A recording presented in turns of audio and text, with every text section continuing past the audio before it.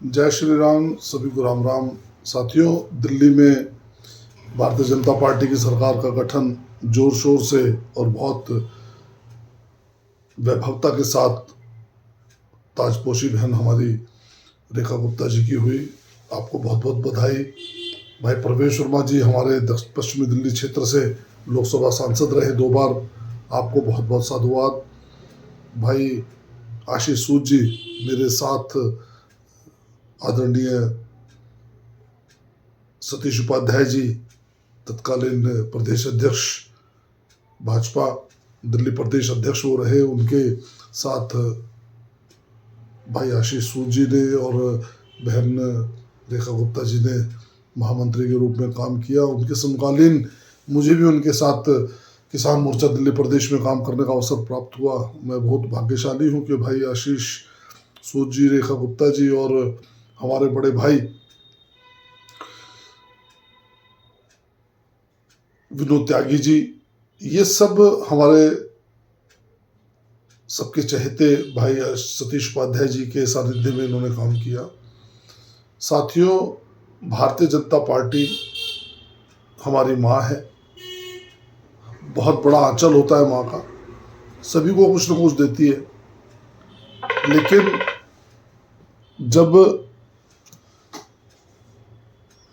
सबको देने की बारी आती है तो एक बेटा उसमें छूट जाता है। मैं अक्सर भारतीय जनता पार्टी में अपने समाज की बात उठाता हूँ। मैं चाहता हूँ कि हमारा ये 25 वर्षों का जो वनवास कटा है, इस वनवास में बहुत से युवा प्रौढ़ हो गए।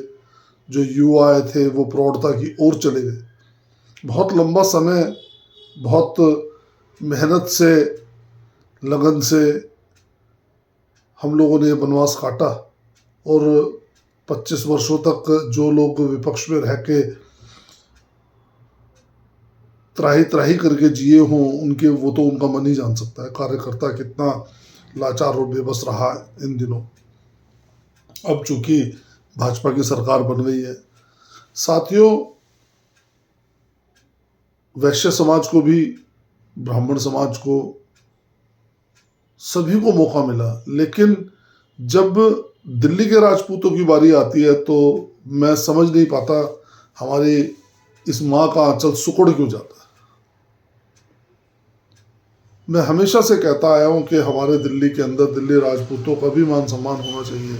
जब जाट समाज को सम्मान मिलता है, वैश्य समाज को मिलता है, ब्राह्मण को, SC ST को मिलता है,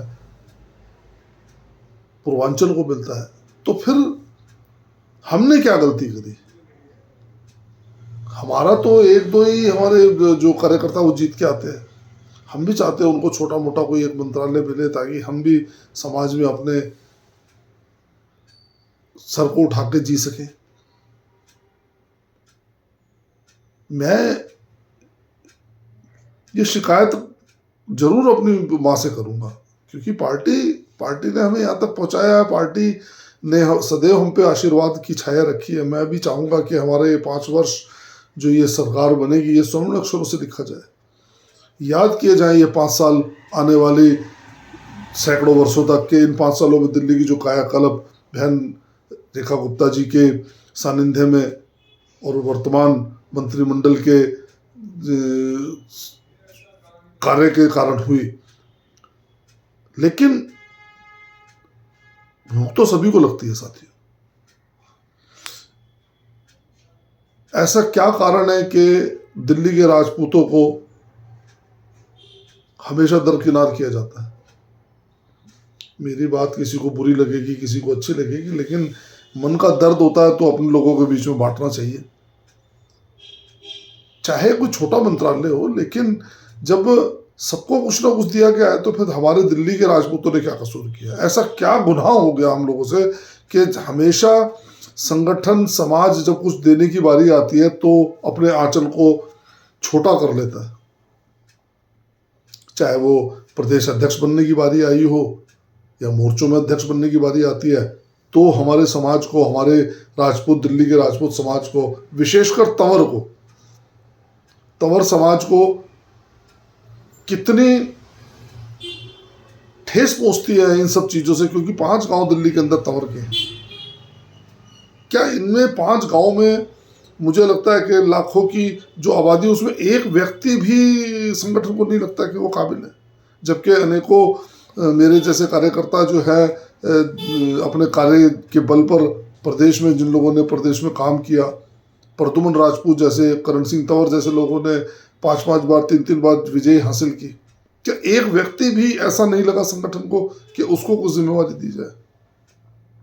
यदि मेरी मांग आपको अनुचित लगे तो मैं उसके लिए क्षमा प्रार्थी हूँ, लेकिन मन की बात है, दिल में बात होती है तो मैं ज़रूर शेयर करता हूँ अपनी वीडियो को।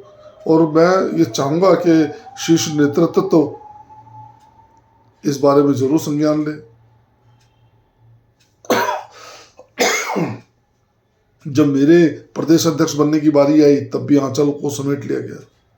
जिसने कभी काम नहीं किया, जिसने कभी कुछ नहीं किया, उसको भरपूर सब कुछ मिला, लेकिन मैं, जिसने 3 साल अपने आप को निचोड़ कर रख दिया संगठन के लिए, अपने घर बार सब कुछ भूल गया, जिसने दिल्ली के अंदर किसान मोर्चा की एक नई पहचान बनाई, ना मैं आज तक चुनाव लड़ पाया, ना मैं प्रदेश अध्यक्ष बन पाया। ये मेरी भी पीड़ा है साथियों, क्योंकि जो आदमी काम करता है, जिसने अच्छे काम किए, वो अच्छे अंक पाने का हकदार है।